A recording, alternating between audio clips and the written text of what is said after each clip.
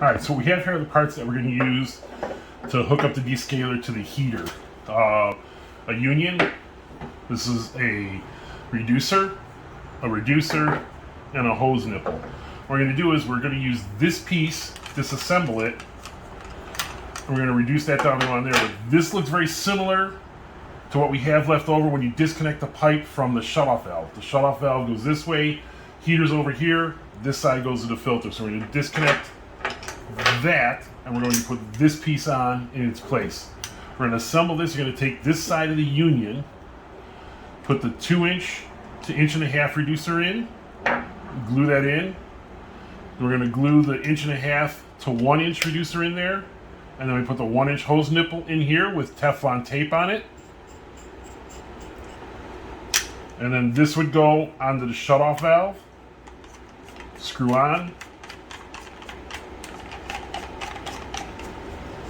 and then we would hook the hose from the descaler onto this pipe.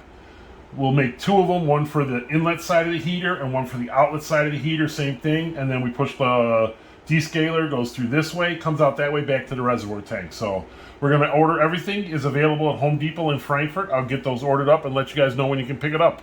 Any questions, give me a holler.